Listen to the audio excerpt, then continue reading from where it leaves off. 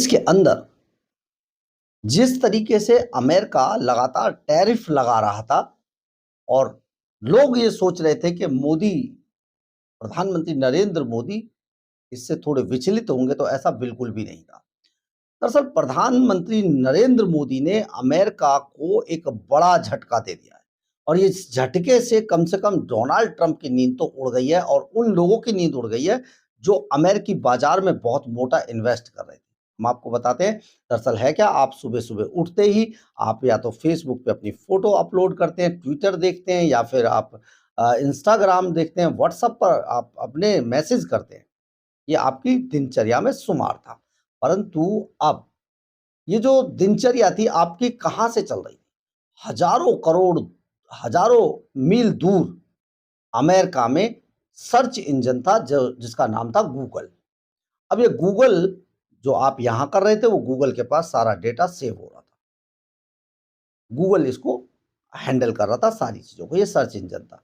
लेकिन अब भारत ने, प्रधानमंत्री नरेंद्र मोदी ने गूगल को बाय-बाय कह दिया है और भारत ने कॉमेट नाम से अपना सर्च इंजन लॉन्च कर दिया है। ये अपना स्वदेशी होगा, भारत के अंदर होगा और सारा डेटा भारत से बाहर नहीं जाएगा।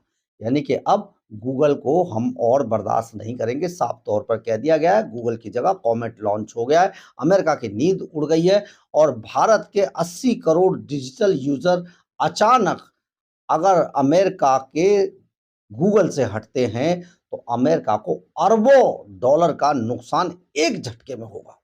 आप सोचिए ज़रा, प्रधानमंत्री मोदी ने बड़ा झटका दिया है। इसकी कुछ खासियतें हैं, जैसे कॉमेट को आप गूगल को तो आपको अंग्रेजी में ही करना पड़ता था, कॉमेट को कोई ज़रूरत नहीं है। देश की अपनी भाषाएँ हिंदी, उर्दू, बंगाली, तमिल, मराठी सभी भाषाओं में ये होगा। आप किसी भी भाषा में लिखेंगे, सर्च हो जाएगा और ये एआई टेक्नोलॉजी से लैस है, बहुत हाई टेक है और अब लगा लीजिए हम पर टैरिफ। ट्रम्प चाचा तो घियो, है ना? अब बहुत बुरा हाल होने वाला है। हालाँकि हम आपको यहाँ पर ये बता देते हैं, चीन इससे पहले ही गूगल को बाय-बाय कह चुका था। चीन की अपनी टेक्नोलॉजी है और अपने देश में ही रखता है, किसी को कुछ नहीं देता। लेकिन गूगल के ज़रिए ट्रम्प जो पैसा भारत से डॉलर में कमा रहे थे, अब ये सब धराशायी हो गया है।